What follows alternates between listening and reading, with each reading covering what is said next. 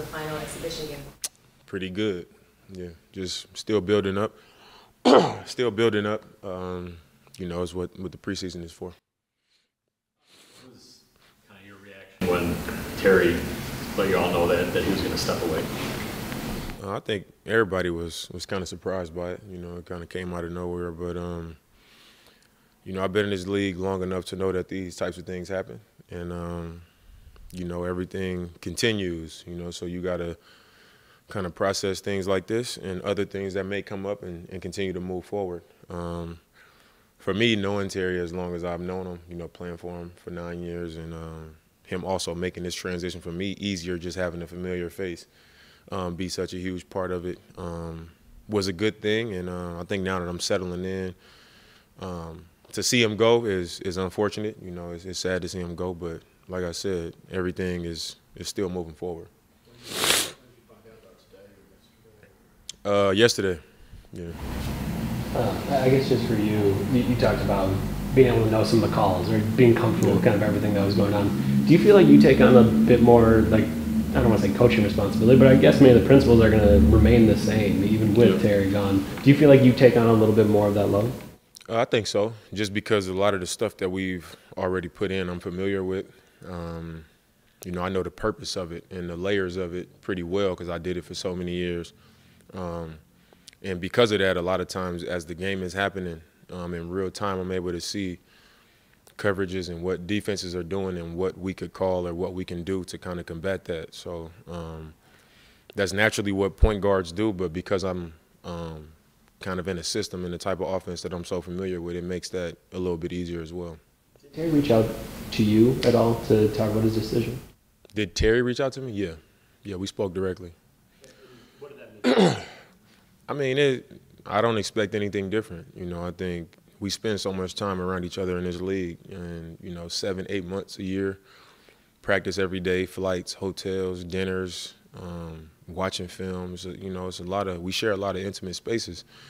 And, you know, like I said, being with him for 9 years, him being my head coach, me being the point guard of his team, we spent a lot of time around each other. We know each other really well. Even in the 2 years without him, you know, we stayed in pretty consistent contact.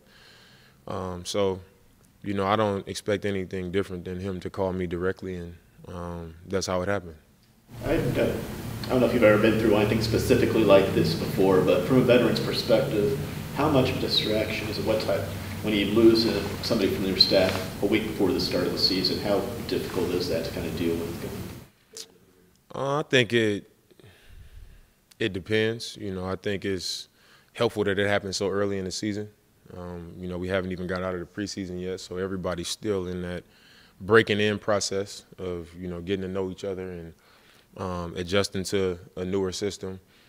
And I think it didn't come with a lot of drama. You know, me knowing him so well, and, you know, it just wasn't a dramatic big deal. You know, it was just a decision that he had come to, and it happened early, and it wasn't loud. You know, it just was abrupt. So I don't think it'll be much of a distraction at all. Something that your teammates said when you came in was they're going to let Dame be Dame. Yeah. What's it like for you to come into this type of team in that leadership role, and have you changed that approach at all now that you've gotten more acquainted with the guys? I think it's been pretty simple for me to come in and do it how I would do it in any situation, and that's not to come in and try to just announce myself verbally. You know, I think you come in and you let your actions be shown. You show your commitment and, you know, how you operate in your day-to-day, you know, what I'm consistent at. And I think the action part of it is how you truly establish respect. And then once you get that type of respect on top of who they respect me as a player, you know, in this league, then you kind of slowly move into that, I guess, more verbal type of leadership role. And I think I've slowly started that process of just speaking up a little bit more. But it'll be natural, you know. I'll never be the guy to just come in like, I'm a leader, you know. I have to say something. I don't feel that. We got a lot of vets on the team, a lot of experience on the team. And I think in time, you know, my style of leadership and the type of impact that I come with as a person, it'll shine through to the team. What's helped you with that comfort level? Is it just time? Is it the guys, the coaching?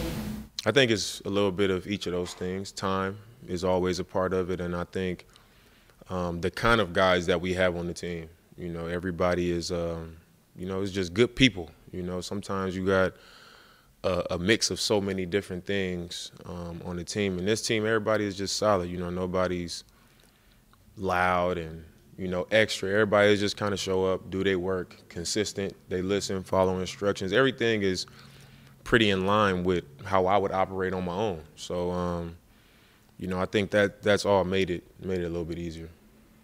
Now that you've had 2 games where the clips of running offense with Giannis, I know the rest of the lineup kind of changed from game to game. What stood out to you about what either LA or OKC tried to do in some of those situations or didn't do? I think we just saw that it's going to be the kind of look that I'm going to get from teams. You know, I think in the preseason I came out in LA and they was, you know, full court sometimes, denying me, a lot of traps. OKC was, you know, playing me really high, really aggressive, showing, you know, running 2 at me sometimes.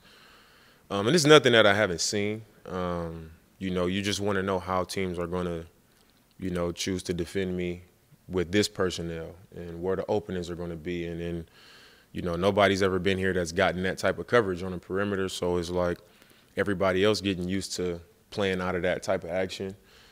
But I think over time it'll just continue to get better. You know, we addressed some of it in film today. We addressed it on the court, just going through some actions where they run 2 at me, they blitz me, you know, they just, you know, coming after me. And I think that's what the process will be. It'll, you know, making sure that we have outlets, making sure that we have somebody in the middle to be the playmaker, to kind of break them down, to soften them up and get them out of those coverages. But this, like I said, it's preseason. I think in my last 4 or 5 seasons, I've been pretty bad in the preseasons because I don't play pickup in the summer. This year I was even more delayed without being on the team. So these 2 games that I've played have actually been helpful to be addressed on the floor the way I've been addressed, even without, you know, great timing and rhythm. So it'll be good to get out there tomorrow, get another one in, and, you know, at some point things will click and we'll continue to learn each other, and we're going to win games. It's not totally clear if Chris is going to play tomorrow night, but if Chris does play, you're adding another layer, right? Like another team that's going to defend you a different way, and then also Chris. Just how do you try to prepare for that, or do you even not think about it and just go out and do it and then see? I mean, of course I think about it. You know, he hasn't been out there in any of the games yet, so you add another really good player to the lineup that can make shots. He's another playmaker. And it's a little bit more of an adjustment to another guy being out there. So it'll be helpful to have that. We've had it in practice a few times, so it wouldn't be something that's unfamiliar to me because I've been out there with him. But it's different when you're playing against another team and the coverages are different, the personnel is different. So like I said, it'll be a process of putting it all together, like playing with Giannis. Typically, you know, when a 5 or a 4 man gets a rebound, I'm like getting the outlet and I'm pushing it. So getting in the habit of when I see Giannis get the ball, sprinting and kind of giving him space to operate in transition, and recognizing when my man is over helping and when I could kind of move some to get to an open spot for a shot, and when I could just kind of be a decoy. You know, they're going to hug up on me, make sure I'm spacing so he has the opportunity to attack. So I picked that up on film already, and I think that'll continue, you know, the more that we all play together. So, you know, we'll see.